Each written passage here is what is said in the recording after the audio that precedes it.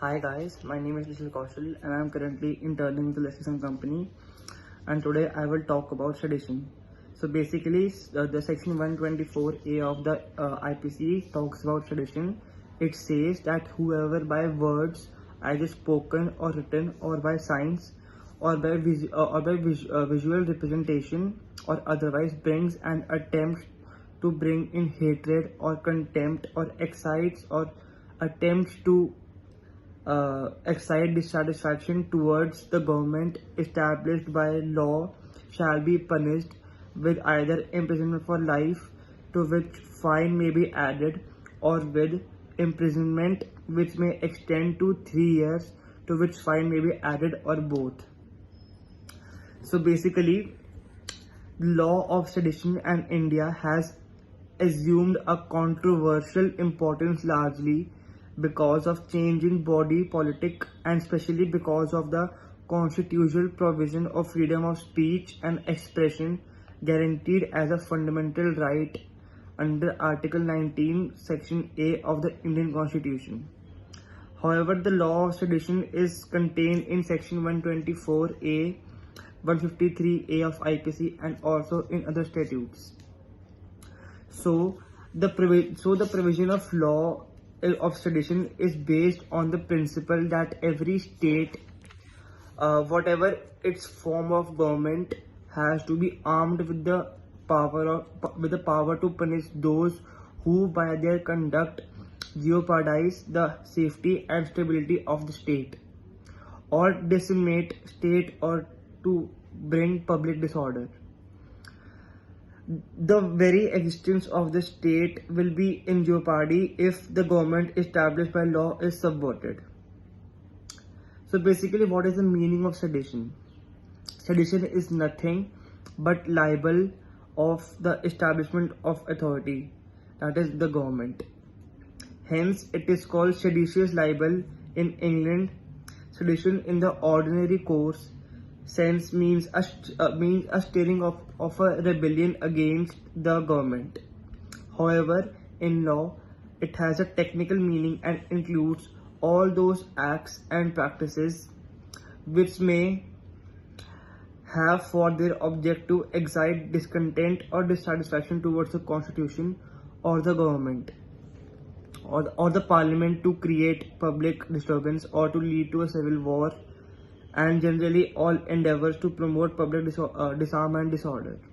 In other words, sedition is used to designate those activities of a man, whether by words or by deeds or writings, which are calculated to disturb the tranquility of the state and lead people to subvert the government established by law.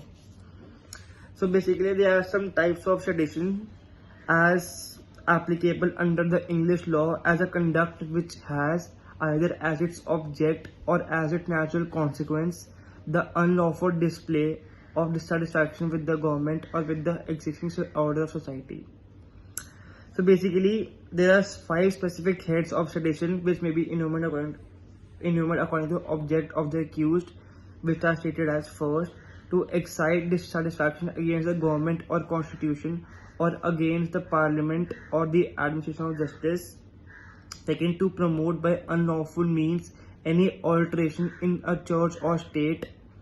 Third, to incite the disturbance of peace.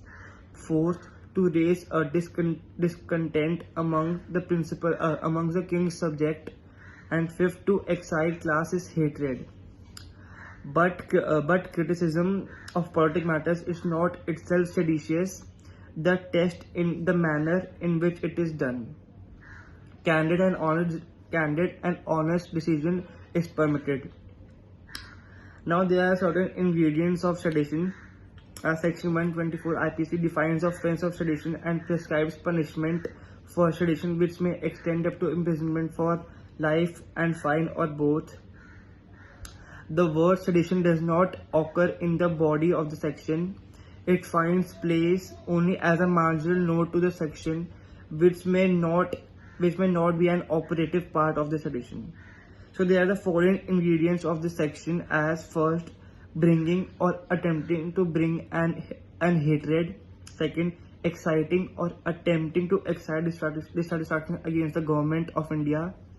Third, such act or attempt may be done by words either spoken or written, or by signs, or by visual representations. Now, what is hatred or contempt? So basically, hatred implies an ill will, while contempt implies a low opinion.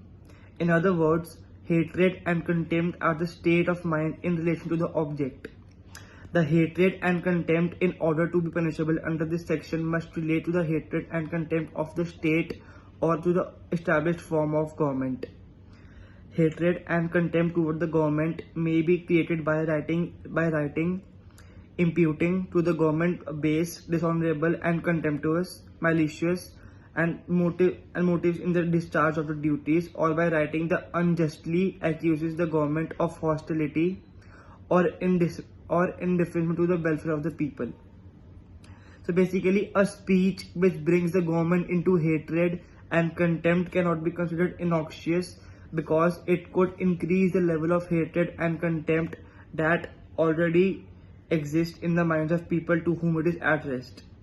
Further, it is quite possible that by the abuse of the government officials to make an endeavor to bring into hatred or contempt the government established by law of India. And so basically, what is dissatisfaction?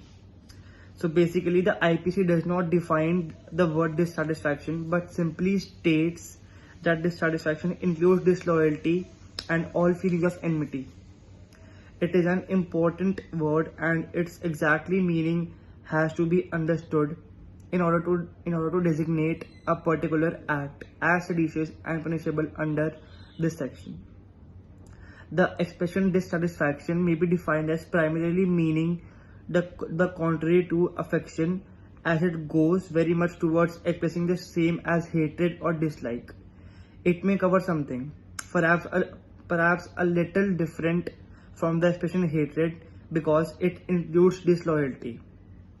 To urge people to rise against the government is a tantamount to trying to excite feelings or disloyalty in their minds.